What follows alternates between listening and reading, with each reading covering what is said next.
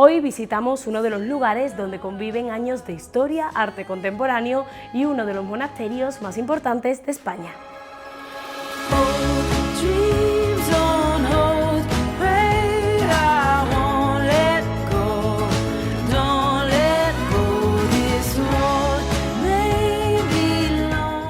Fue el símbolo de parte de la Revolución Industrial porque aquí estuvo una de las fábricas de loza más importantes de España, la fábrica de la Cartuja, y luego posteriormente se convirtió en el símbolo de la Exposición Universal de 1992. Sentir que todas esas personas importantes eran muy importantes para la ciudad, pero también eran humanas y tenían esa dualidad entre lo que representaban como aristocracia y lo que realmente había tras bambalinas, ¿no? Entre jardines, claustros y antiguas fábricas de cerámica, hoy paseamos por el Centro Andaluz de Arte Contemporáneo.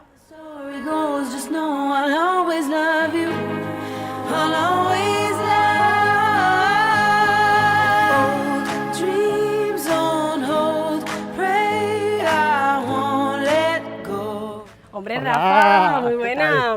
Oye, qué maravilla, qué alegría tenerte aquí de nuevo en nuestro Paseando. Muchas gracias por invitarme de nuevo a pasear con vosotros. Eso es bueno. Paseamos la última vez por la exposición del 92 y nos hemos venido muy cerquita, aquí en la Cartuja, para conocer lo que es el Centro de Arte Contemporáneo, el antiguo monasterio de la Cartuja, que bueno, que nos vas a contar un poco más pues todo su origen y su evolución. Pues sí, estamos en un monumento, uno de los más importantes de Sevilla, un monasterio que fue quizás el monasterio más grande de Europa durante muchos siglos y también considerado como la segunda cartuja más rica de toda Europa después de la Cartuja de Pavía, que es bastante conocida e importante.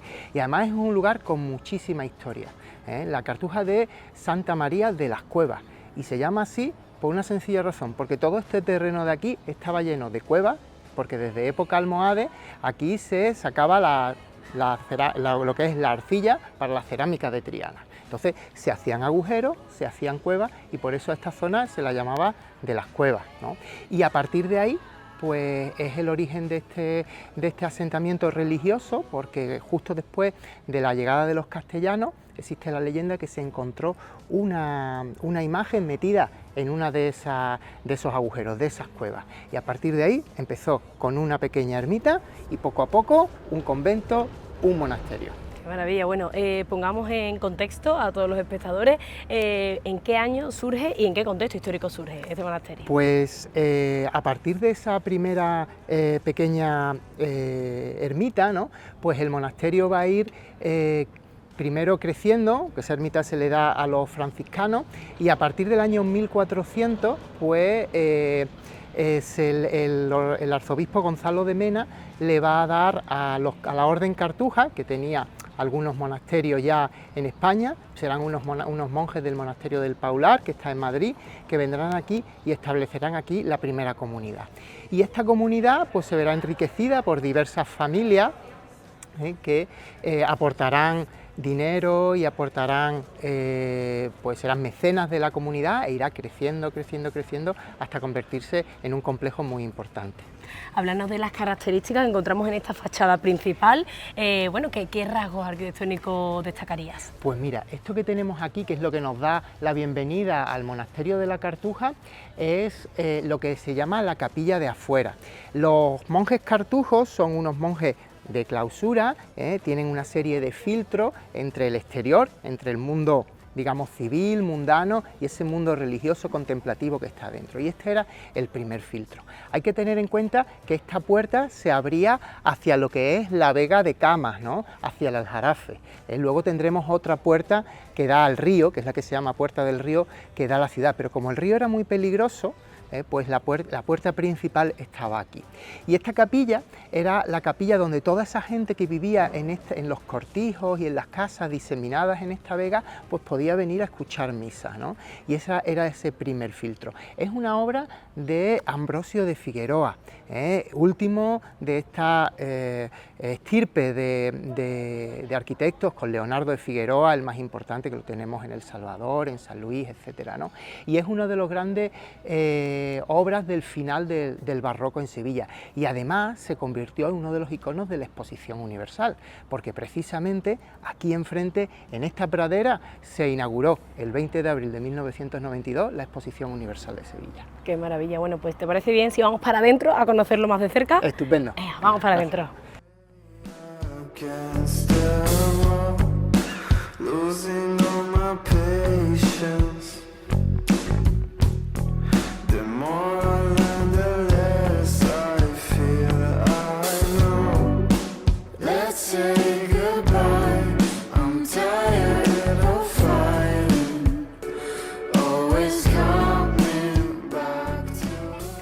Bueno, Rafa, pues nada más entrar, hemos visto unos puntos esenciales, ¿no?, aquí en el centro andaluz. Exactamente. Un poquito más junto a la entrada tenemos lo que es la sede de la Universidad Internacional de Andalucía, ¿no?, que es la universidad pública, sobre todo dedicada al posgrado. Es una universidad muy importante, tiene sede aquí, también tiene sede en el Monasterio de la Rábida, ¿no? Y ese edificio originalmente era el Pabellón Real, donde se recibía a las autoridades que venían a la Exposición Universal. Venían normalmente en helicóptero, llegaban al helipuerto, cruzaban el Camino Real, firmaban en el libro de honor y se les recibía para ya enseñarles la muestra, ¿no? Ese es el origen de esa parte de helicópteros que tenemos justo enfrente, en la entrada. Exactamente, hoy en día sigue en uso, ahí están pues los helicópteros, por ejemplo, de emergencia, los del Infoca, etcétera, ¿no?, que hacen un gran servicio, ¿no? Y luego hemos entrado por una zona que era la zona semipública del monasterio hasta lo que es la fachada principal, que está coronada por el escudo, está repetido 2 veces, del cardenal Gonzalo de Mena, ¿no?, que es el promotor principal de este monasterio, ¿no? Y ahora nos encontramos aquí en lo que es este compás de entrada frente a esta iglesia, construida también a principios del 1400, es una de las primeras grandes obras que se acometen en el monasterio, además con una portada muy curiosa, donde todavía se conservan la policromía, ¿no?, los distintos colores con los que se pintaban los edificios, y también un rosetón muy característico hecho con los típicos azulejos de esta parte del río, de Triana. ¿De qué año data esta iglesia? Pues esta iglesia se empieza a construir en 1410, pero luego se va a ampliar varias veces, ¿no?, y las últimas partes que se le añaden son alrededor de 1523, cuando se añade la capilla de Santa Ana, muy importante porque ahí estuvo enterrado Cristóbal Colón. Estamos hablando que cuenta con cientos de años y aún así tiene un estado de mantenimiento pues envidiable, ¿no? Bien, este monasterio ha pasado por muchas fases, ¿no? En el siglo XIX, como todos sabemos, ya se convierte en una fábrica, se exclaustra, después de las invasiones napoleónicas, se exclaustra y se convierte en una fábrica de cerámica, la fábrica de la Cartuja, ¿no?, que es algo súper popular. Casi todas las familias tienen una vajilla de la Cartuja en sus casas, ¿no? Y luego, pues, esa fábrica pues va alterando mucho este espacio, y en los años 80 el edificio está prácticamente abandonado. Y la Junta de Andalucía lo compra, ya era monumento desde los años 60, declarado monumento, pero lo compra y empieza un ambicioso programa de restauración, en el que van a trabajar los mejores arquitectos de Sevilla y de Andalucía en ese momento, desde, pues por ejemplo, Roberto Luna, que se va a encargar del Pabellón Real con Fernando Mendoza. Aquí trabajarán los hermanos José Ramón y Ricardo Sierra, que aparte de arquitecto, José Ramón es artista. Guillermo Vázquez Consuegra en la parte que hoy ocupa el Instituto Andaluz del Patrimonio Histórico, y otros arquitectos también sevillanos que se encargarán de arreglar las huertas, distintos elementos, pequeños edificios que hoy en día pues son desde aulas, salas de exposiciones, almacenes, y también la restauración de las huertas, porque este monasterio tan grande está rodeado de unas huertas preciosas que todavía conservan pues ese diseño de lo que eran las huertas históricas en Sevilla. Qué maravilla. Bueno, ¿qué más nos puedes contar sobre las características de esta iglesia a nivel exterior? Porque ahora pasaremos para adentro para ver el interior. Pues aquí, como veis, tenemos ese rosetón hecho de azulejo, un rosetón que por las tardes, cuando le da el sol, como son azulejos vidriados, brilla, ¿no?, y se convierte como una especie de faro hacia toda esa gente que vivía en la Vega de Triana hasta Camas, ¿no? También tenemos esta decoración policromada. Sevilla estamos acostumbrados a verla con una serie de colores muy planos, pero como aquí no tenemos piedra, no tenemos mármoles, pues durante toda la historia lo que se ha hecho sobre todo ha sido pintar. El que ha tenido 2 duros ha pintado su casa de otro color, la ha decorado, y la pintura era muy importante. Poco a poco esas pinturas se fueron perdiendo porque se quedaron pues pasar de moda o eran caros mantenerlo, y aquí pues lo que hace la restauración es que cuando encuentra que se puede conservar y se puede recuperar, se ha recuperado, y aquí se ha recuperado toda esa policromía. Además los colores son colores muy de aquí, el albero, la almagra, la cal, que son esos colores pues tan característicos de Sevilla, ¿no? También los propios ladrillos, porque aquí tenemos algunos elementos como unos arquitos, eso hechos con ladrillo, con distintos colores de ladrillo, porque en Sevilla tenemos 2 tipos de arcilla, la arcilla de la falda del Aljarafe, más amarillenta, y la arcilla de al lado del río, más oscura, más rojiza. Entonces, haciendo ladrillos de los 2 colores se crea una policromía muy curiosa que aparece en muchos edificios en Sevilla, desde el monasterio de San Isidro del Campo hasta el Palacio de los Marqueses de la Algaba, el monasterio de Santa Paula o aquí en el monasterio de la Cartuja. Bueno, Rafa, ahora sí que sí, vamos para adentro. Vamos para adentro.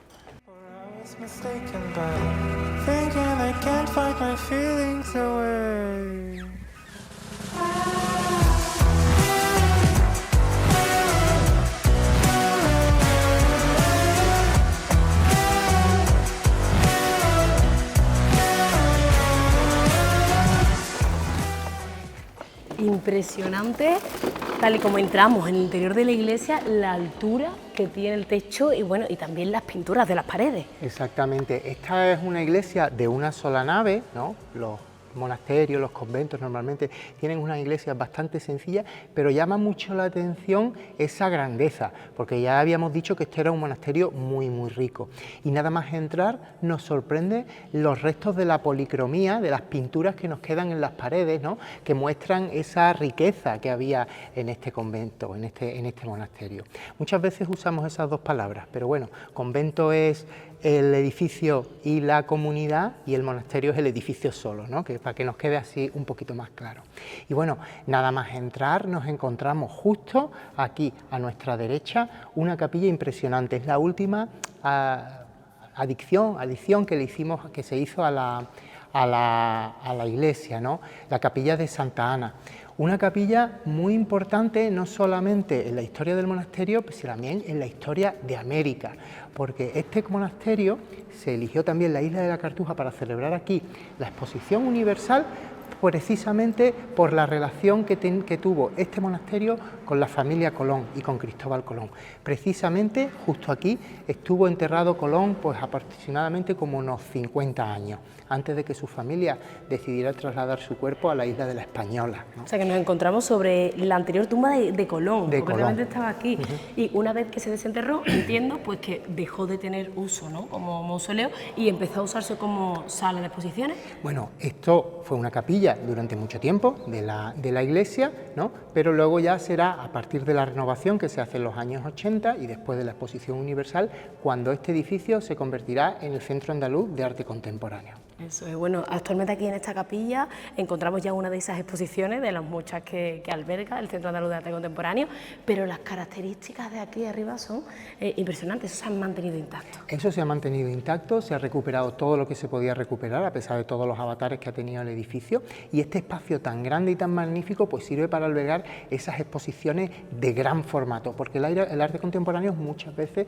se caracteriza porque son obras muy grandes que nos impresionan. Entonces este es un lugar ideal para hacer este tipo de exposiciones y también de instalaciones.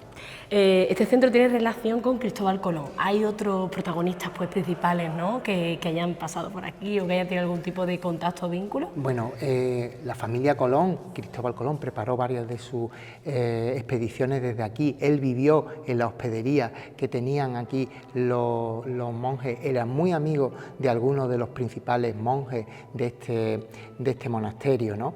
Y luego, bueno, pues por aquí pasaron reyes. Como era un monasterio tan rico, pues cuando venía algún rey a Sevilla, pues se le prepararon aquí algunas de esas fiestas y recepciones. Algunas de ellas en que las descripciones llega tan curioso que prepararon hasta fuentes, como vemos hoy en día en las bodas de estas de chocolate, no sé qué, pero de vino. Una de vino blanco, otra de vino tinto y así, ¿no? Que tampoco... que los monjes cartujos eran unos monjes muy serios, muy contemplativos, pero bueno, también tenían mucho dinero, y cuando había que agasajar a alguien, lo agasajaban bien. Entonces, Rafa, aquí se han hospedado pues personajes muy relevantes, ¿no?, de la historia. Exactamente, y además no solamente se han hospedado, sino que han trabajado aquí algunos de los pintores más importantes de Sevilla. Por ejemplo, son conocidísimas las obras que Zurbarán pintó para este monasterio, que hoy en día se conservan en el Museo de Bellas Artes.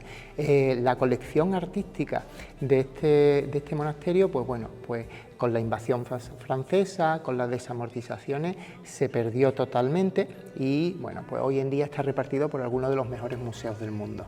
Fantástico, bueno, pues vamos a conocer un poco más sobre el uso actualmente que tiene el Centro Andaluz de Arte Contemporáneo con esas exposiciones que alberga y bueno, si te parece bien, me esperas en el claustro y ahora seguimos paseando por aquí. Perfecto, allí nos vemos. Pues no te Gracias.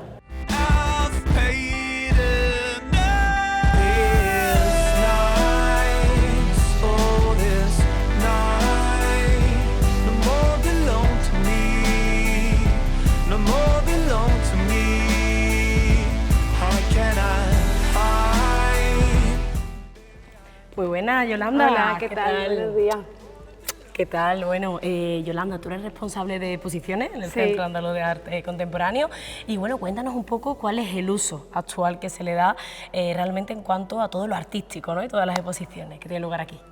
Bueno, pues desde el año 97 que se instaló aquí el Centro Andaluz de Arte Contemporáneo y esta es su sede principal porque tenemos otra en Córdoba, pues todos los espacios monumentales se dedican a exposiciones y actividades también de arte contemporáneo.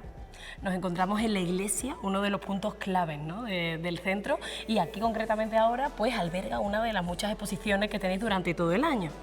Sí, tenemos la exposición del artista Virginia Chiota, que es una artista de Zimbabue, que bueno, ha hecho un proyecto específico para este espacio porque una de las características especiales, digamos, de este espacio es que, bueno, con esta arquitectura no todas las exposiciones se pueden poner aquí, entonces, bueno, tenemos que ir haciendo una programación que adapte cada una de las exposiciones que se programan a cada uno de los espacios muy distintos que tenemos en el museo. ¿Qué cribado hacéis aquí a la hora de seleccionar las exposiciones que tienen o no lugar? Bueno, es la dirección la que va marcando la programación anual, pero desde hace ya bastantes años se marcan varias líneas de trabajo, ¿no? Por una parte, un apoyo constante a la trayectoria de los artistas andaluces, que para eso somos el Centro Andaluz de Arte Contemporáneo y además hay artistas andaluces con los que hemos empezado a trabajar cuando eran muy jóvenes y ahora vamos viendo cómo a lo mejor tienen aquí una exposición individual, luego además tienen una exposición individual fuera y los vamos viendo crecer, ¿no?, por así decirlo. Luego, por otra parte, traer a Andalucía las últimas tendencias tanto de arte contemporáneo nacional como también internacional. Creemos que somos el centro que tiene que recibir a los artistas más importantes del panorama mundial para que los artistas andaluces y el público puedan empaparse sin salir de Andalucía de todas esas últimas tendencias del arte, ¿no? Y por otra parte también procuramos que las actividades acompañen a estas exposiciones con un amplio programa de danza, de cine, de charlas, conferencias, visitas guiadas, talleres educativos para que en todo ese conjunto ofrezcamos a la ciudadanía una atractiva programación y que puedan venir al museo tanto a aprender, a disfrutar del arte, pero también a divertirse. ¿Qué número de exposiciones puede albergar actualmente el Centro Andaluz de Arte Contemporáneo? Bueno, tenemos más o menos 4 espacios fundamentales de exposición, esta zona monumental que es donde estamos y 3 grandes claustrones. También utilizamos diferentes capillas para proyectos más pequeños, específicos. Más o menos podemos tener a la vez entre 6 y 7 exposiciones. Y luego a lo largo del año pues vamos abriendo y cerrando los diferentes espacios para garantizar que siempre haya varias exposiciones que el público pueda visitar, aunque tengamos algunos espacios en montaje o desmontaje. Cuéntanos, Yolanda, ¿cómo es la acogida por parte del público? ¿Vienen más visitantes nacionales, internacionales? Vienen más visitantes nacionales, pero bueno, también tenemos una gran afluencia de público internacional y también andaluz, y tenemos muchísimos colegios, prácticamente a diario recibimos entre 80 y 100 niños escolares.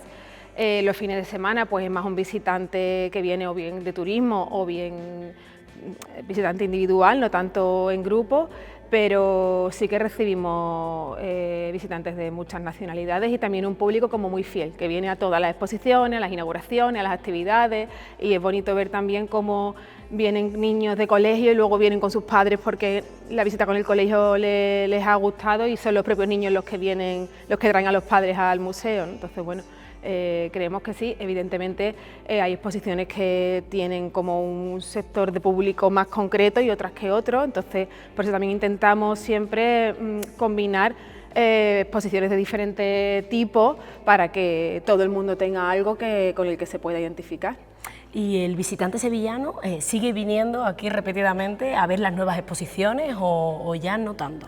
Sí, es lo bueno de que somos un museo como muy vivo, todos los meses prácticamente abrimos una exposición nueva, entonces bueno, sí que es verdad que a lo mejor otro tipo de museo en el que ya has visto la exposición permanente, puedes volver y volver muchas veces, pero vas a tener siempre la misma exposición permanente.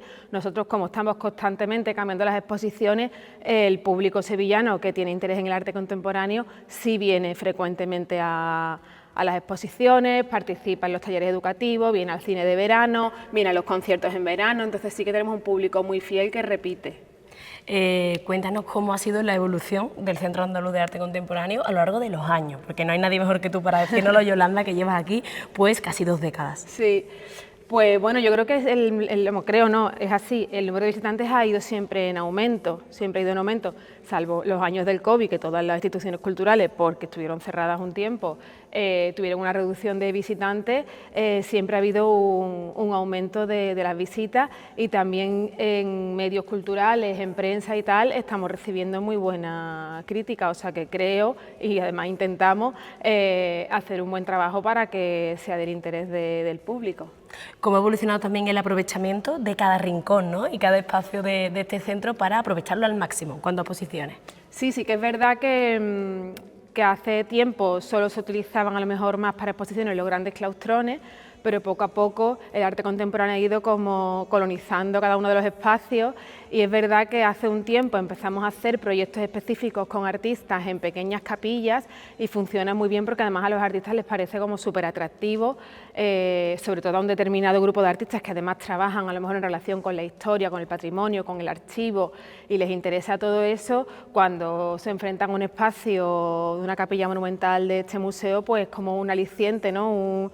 Y les ayuda a crear cosas nuevas que a lo mejor no hubieran hecho para otro sitio que no les brinde esta arquitectura. Entonces, bueno, cada vez más estamos utilizando espacios interiores, exteriores, malo para nosotros porque cada vez hacemos más cosas en más diferentes sitios, estamos ya como locos ocupando todos los espacios, pero se crean unas lecturas muy bonitas que son muy enriquecedoras tanto para el equipo como para el público como para los propios artistas. ¿Tenéis algún proyecto a medio o largo plazo próximamente en mente en cuanto a renovación, novedad? Bueno, el mayor proyecto que tenemos a medio y largo plazo es nuestro pabellón del siglo XV, que vamos a inaugurar, esperamos, el año que viene, en el 2027, que es un edificio, el Cubo Blanco, que tenemos aquí dentro del recinto de nuestro monasterio, que es un edificio del año 92, que se ha rehabilitado como sede de nuestra colección permanente. Entonces vamos en breve a empezar a planificar el traslado de toda nuestra colección de arte contemporáneo, que son más de 4.000 piezas. Allí tendremos el área de reserva de toda esa colección, que además será un área de reserva visible y visitable para el público, y 3 salas de exposiciones temporales que iremos rotando con exposiciones temporales de la colección, a las que a lo mejor incorporamos en algunos momentos préstamos que complementen lecturas de nuestras propias piezas, y desde luego ese es el proyecto más grande que ha tenido este museo desde que se creó. Fantástico. Yolanda, muchísimas gracias a vosotros por acercarnos un poco más a este maravilloso centro de arte. Muchas gracias. Y vamos a seguir visitándolo. Gracias. Muy bien.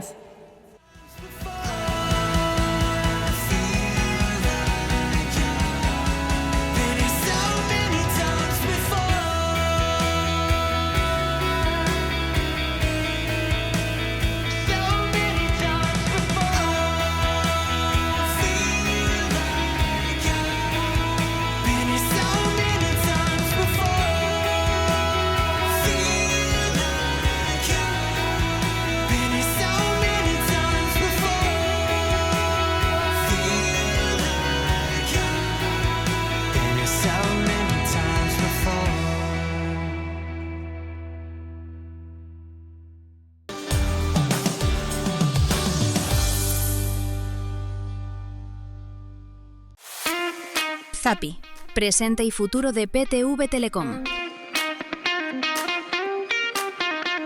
Nuestro STV, un dispositivo único que convierte cualquier televisor en una experiencia inteligente, sencilla y sin límites.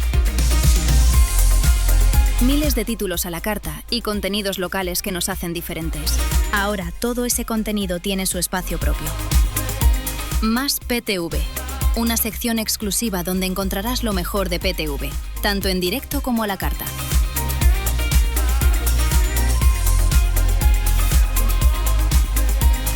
Zapi, más PTV. La diferencia está aquí.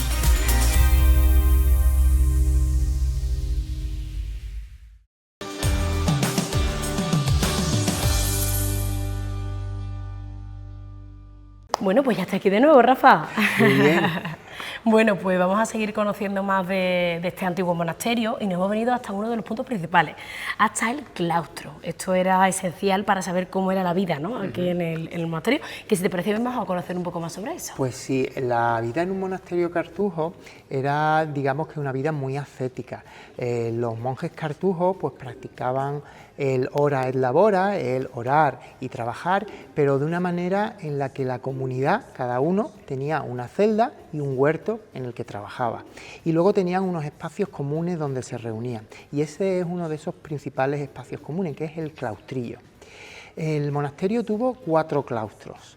El claustrillo, donde estaban pues la iglesia, la sala capitular, el refectorio, el comedor donde todos comían, y luego tenía el claustrón, el claustro grande, donde estaban todas las celdas de los monjes. Hoy en día esa parte pues pertenece al Centro Andaluz de Arte Contemporáneo, son las salas de exposiciones que podemos visitar, y si visitamos esa sala vamos a ver unos pequeños patios que eran donde esos monjes tenían ese huerto asociado a sus celdas, ¿no?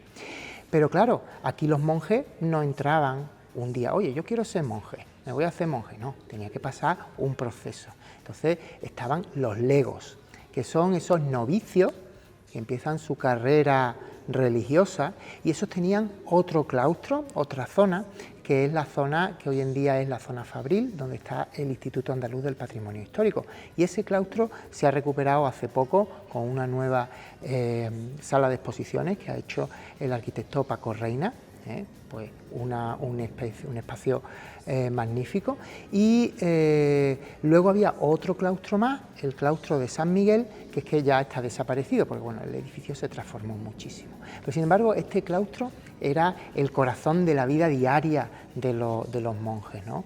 Después de sus oraciones, pues pasaban por aquí, se reunían, pues hacían esa parte de vida en común que tenían.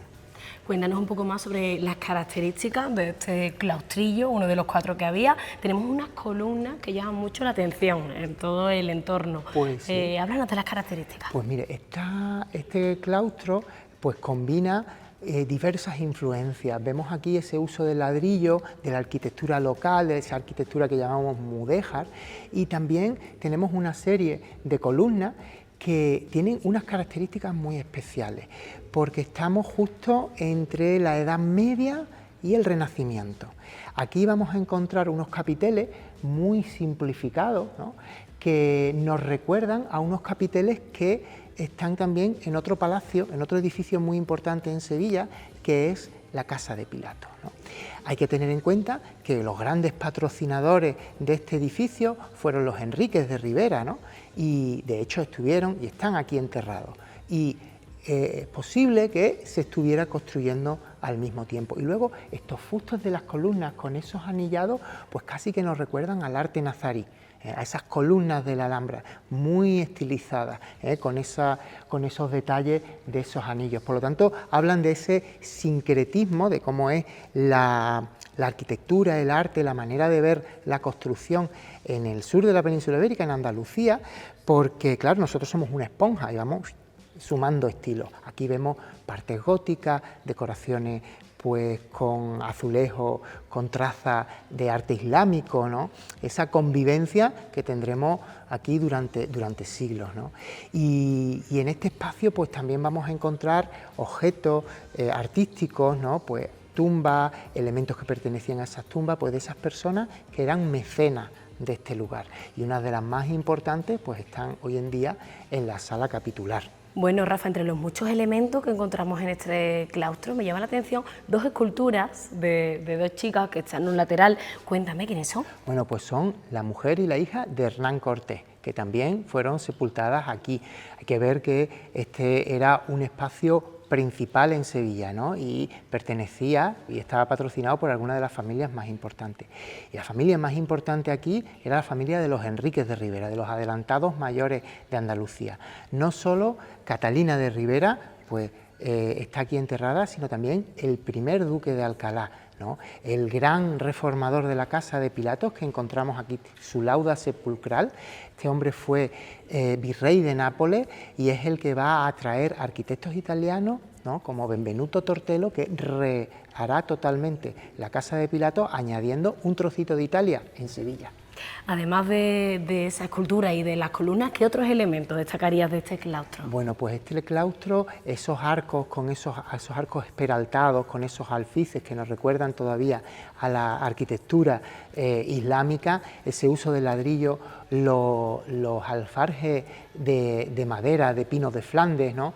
Tenemos aquí una pequeña capillita, ¿no? Que es una de las partes más antiguas del monasterio, donde en su interior todavía se conservan bóvedas de barca de tradición islámica, y lo que es el refectorio, donde se reunían los monjes a comer con su entrada y con su púlpito, porque hoy en día muchas veces vemos la tele mientras que estamos comiendo, pero en aquel entonces mientras comían pues se leían las escrituras, ¿no? También había una manera de entretenerse.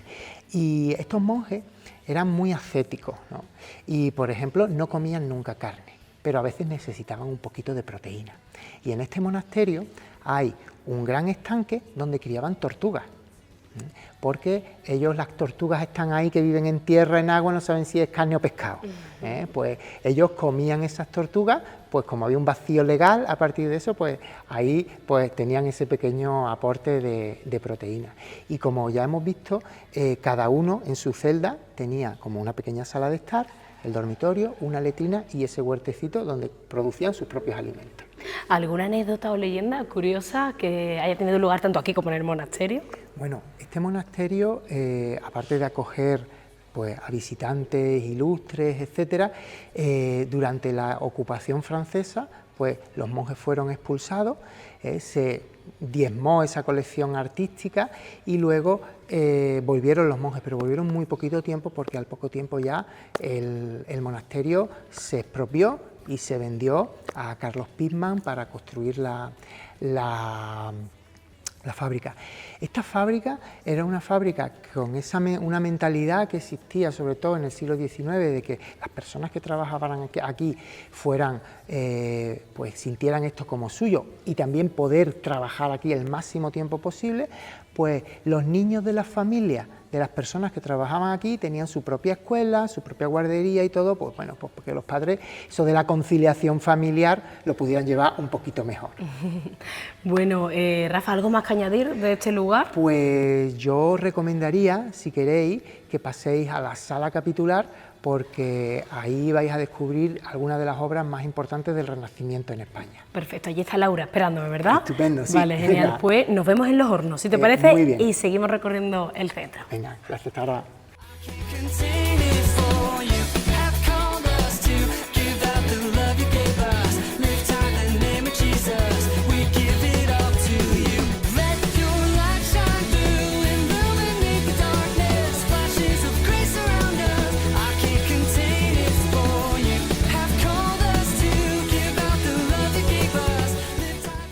Muy buenas, Laura. Buenas. ¿Qué tal? Oye, un placer tenerte en el programa de hoy. Igualmente, un placer. Bueno, nos hemos venido hasta una de las salas más especiales del Centro Andaluz de Arte Contemporáneo, hasta la sala capitular, que bueno, cuéntanos un poco más, ¿qué encontramos aquí?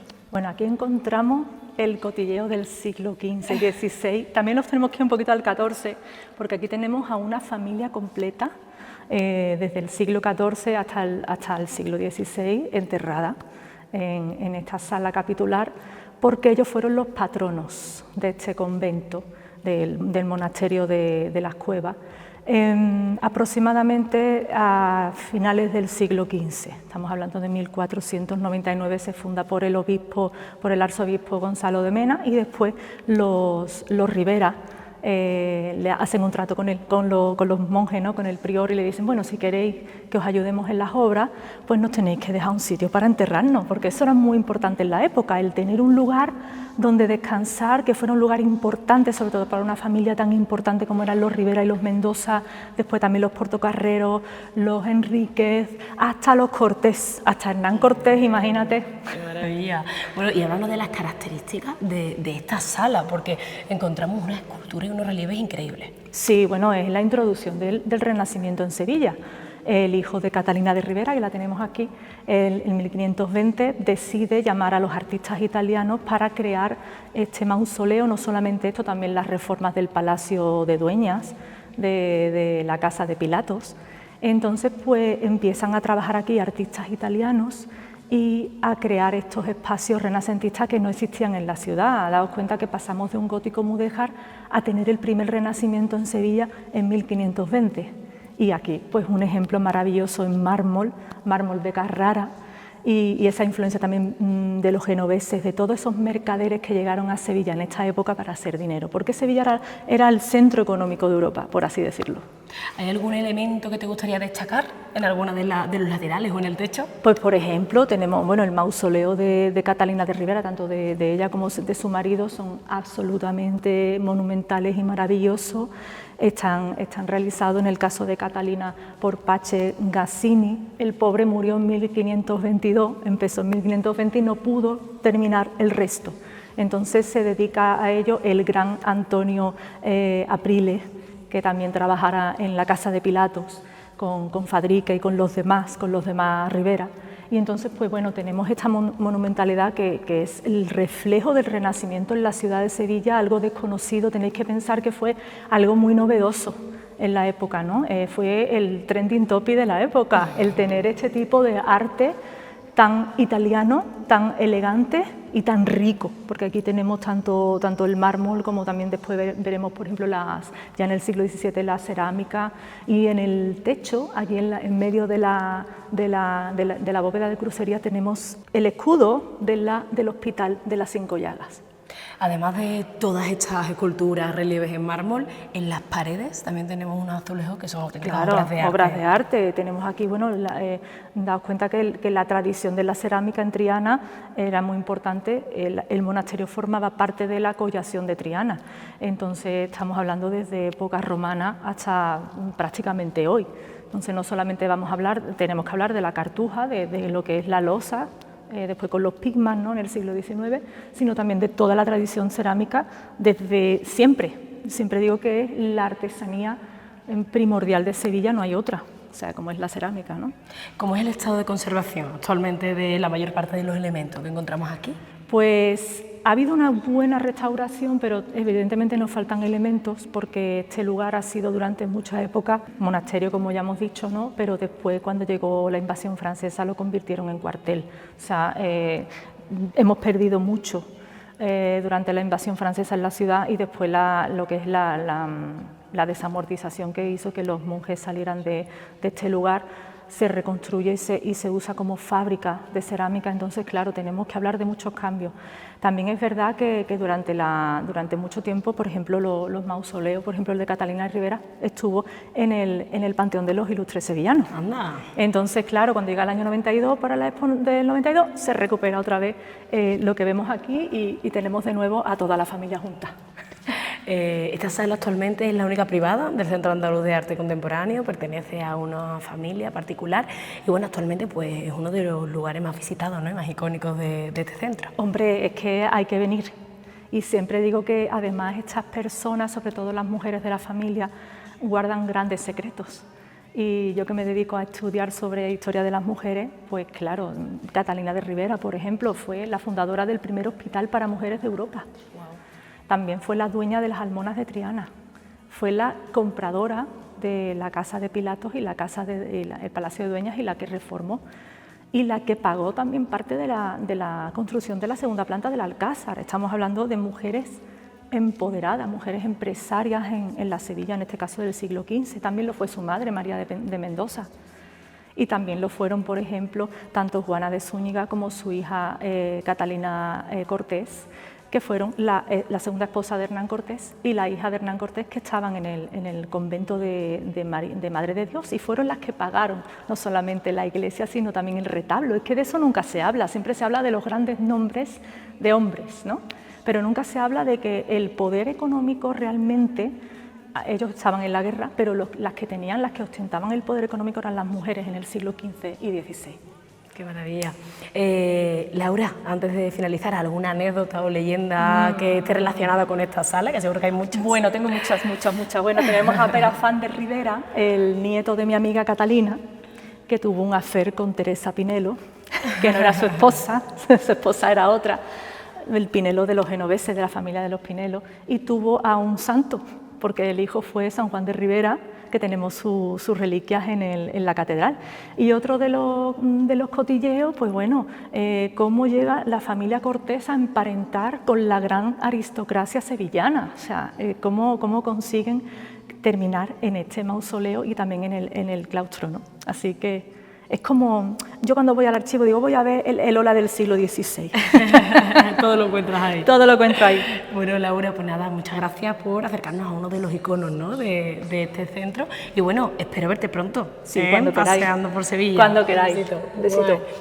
Ay, gracias y un placer. Gracias, hasta luego.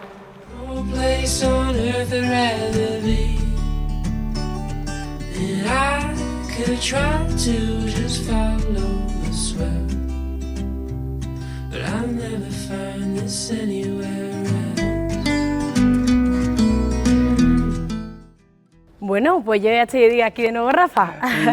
¿Qué pasa? Bueno, nos hemos venido a uno de los puntos clave de cuando todo ese entorno era una fábrica. Exactamente, estamos en el claustrón. A nuestro alrededor estaban las celdas, originalmente las celdas de los monjes, pero cuando a principios del siglo XIX este monasterio pues se expropia, se desamortiza y lo va a comprar Carlos Pickman. Carlos Pickman es un empresario de origen inglés, pero que su familia ya estaba residiendo en Cádiz, ¿no? Y este hombre, que se dedicaba a importar y exportar cosas, se da cuenta de que ¿para qué tengo yo que estar comprando y vendiendo, y además sobre todo porque tenía que pagar hoy algo que está muy de moda hoy en día, ¿no?, lo que eran los aranceles? ¿Por qué no voy a producir aquí en España, ¿no? Y entonces encuentra en Sevilla esa tradición alfarera, pero le añade una capa más, que es esa nueva tecnología que está viniendo desde Inglaterra, esa revolución industrial, para producir loza inglesa, que era una loza muy popular, porque relativamente por su producción industrial era relativamente más barata que una loza artesanal y además más resistente, ¿no? Entonces al principio pues este edificio va a albergar esa fábrica. Entonces, para ponernos en contexto, ¿durante qué periodo encontramos aquí un monasterio? ¿Durante qué periodo encontramos una fábrica? ¿Y en qué momento pasa ya a ser un centro de arte contemporáneo? Pues la cronología es desde aproximadamente el año 1400 hasta el año 1836-40, el edificio va a ser un monasterio, con periodos en los que se enclaustra, como por ejemplo durante la Guerra de la Independencia. Luego, desde ese principio del siglo XIX, prácticamente hasta los años 80, este edificio va a ser una fábrica. Y en los años 80 se abandona porque la fábrica se traslada a una nueva ubicación.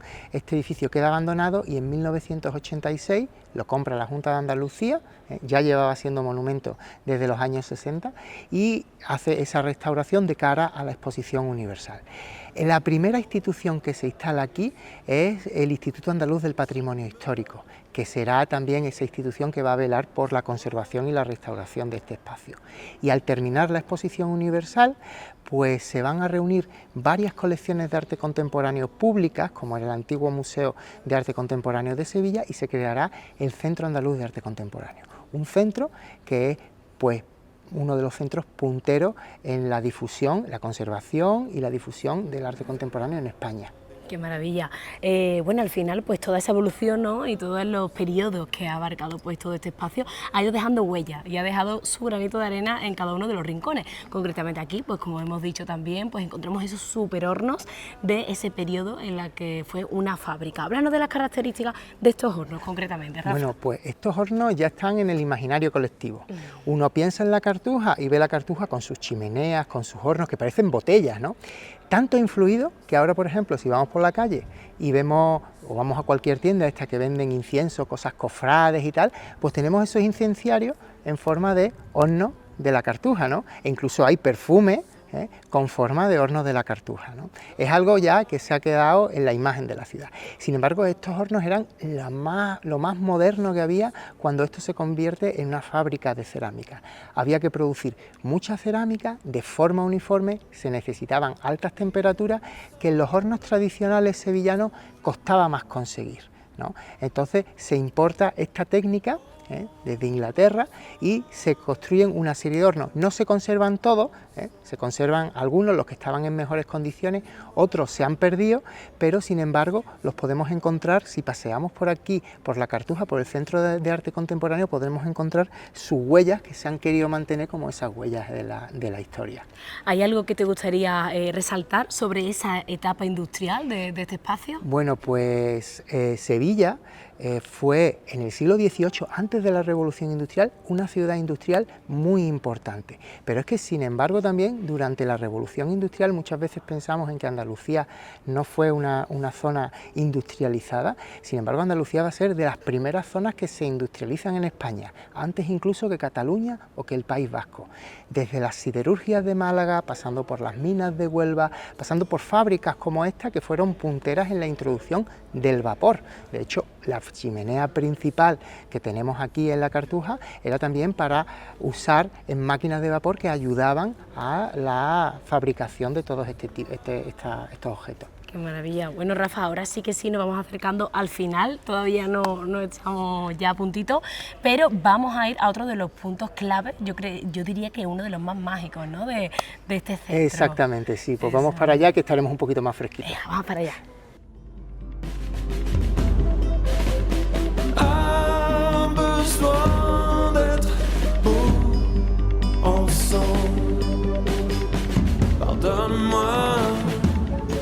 Pardonne-moi si j'ose chanter pour toi.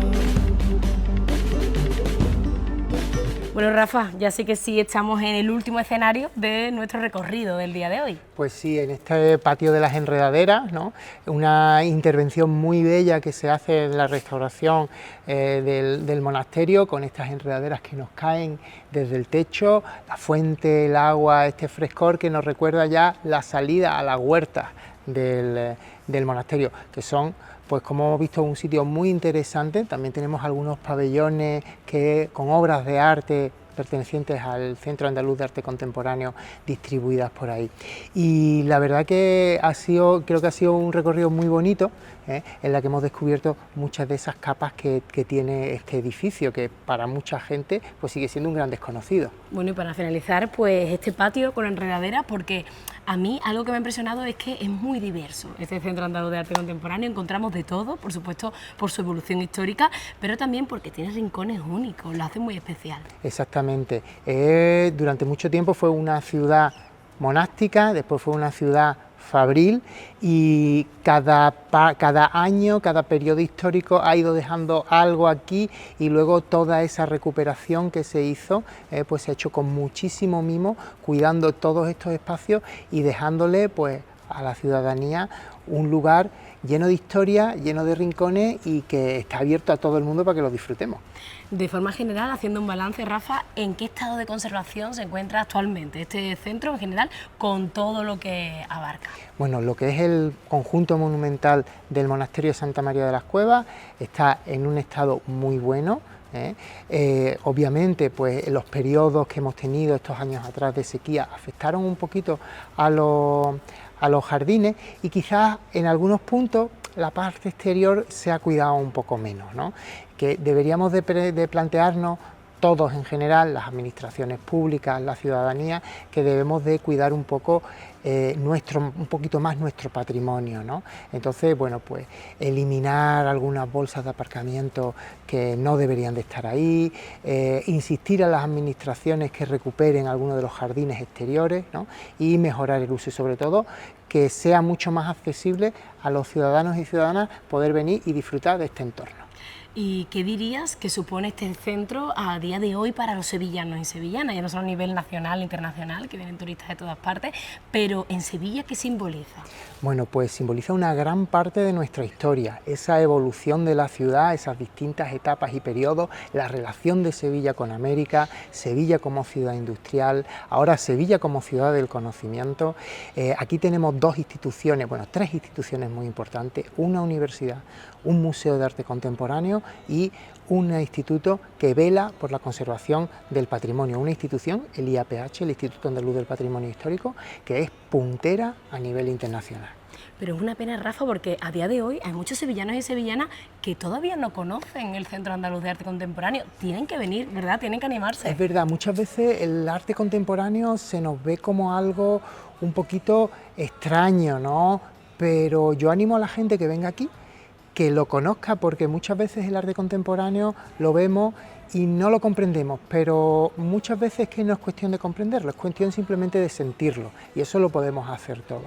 Y también esta institución, como museo que es, tiene programas para que uno conozca, las personas conozcan este arte, tanto la producción de autores andaluces como internacionales que vienen aquí, pues a través de programas didácticos, visitas comentadas, muchísimas actividades, pero no solamente relacionadas con el arte contemporáneo, sino también relacionadas con otras artes como la música, pues aquí hay festivales, con el cine, proyecciones, etc. Este es un centro súper vivo, es uno de los museos con más visitas que tiene en Andalucía, pero sin embargo para muchos sevillanos y sevillanas sigue siendo un desconocido, porque a veces nos cuesta cruzar el puente aquí a la isla de la Cartuja. Pero bueno, que no cueste, que merece la pena y está abierto prácticamente todos los días. Exactamente, pues hagamos que merezca la pena cruzar ese puente y disfrutar pues de cada rincón de este antiguo monasterio, fábrica y actualmente pues centro cultural.